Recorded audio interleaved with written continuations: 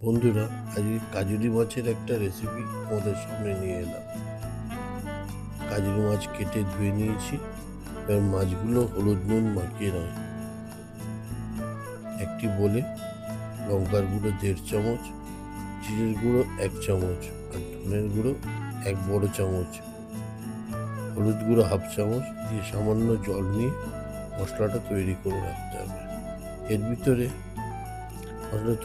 ভিতরে রসুন বাটা 1/2 চামচ দিয়ে ওই একই সাথে গুলে নিতে হবে। এবার মাছগুলো এক এক করে হালকা আঁচে ভেজে নেব। এপিট ওপিট করে সব মাছগুলো পরপর সমস্ত মাছগুলো ভেজে নেব। এগুলো না ভেজেও করা যায়।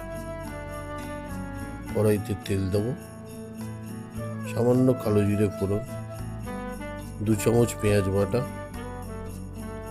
দিয়ে পেঁয়াজটা যতক্ষণ না লাল করে ভাজা হচ্ছে একটু কষে নিতে হবে। এবার করে রাখা মশলাটা সমস্ত ভিতরে দিয়ে দেবো। সামান্য নুন দিয়ে মশলাটাকে নাড়িয়ে চাড়িয়ে অল্প পরিমাণে জল দেবো। এই মশলাটাকে ভালো করে কষে ঢাকা দিয়ে দেবো। ঝোলটা যতক্ষণ না ফুটছে ততক্ষণ। ঝোল ফুটে গেলে মাছগুলো দিয়ে দেবো, দিয়ে ঢাকা দিয়ে দেবো।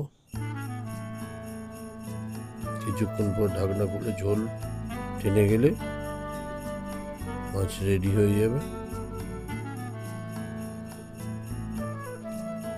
এবার সেটা নামিয়ে গরম ভাতের সঙ্গে আপনাদের পরিবেশন করলে খুবই ভালো লাগবে। মাছগুলো এইভাবে করে দেখবেন, আপনাদের খেতে খুবই ভালো লাগবে।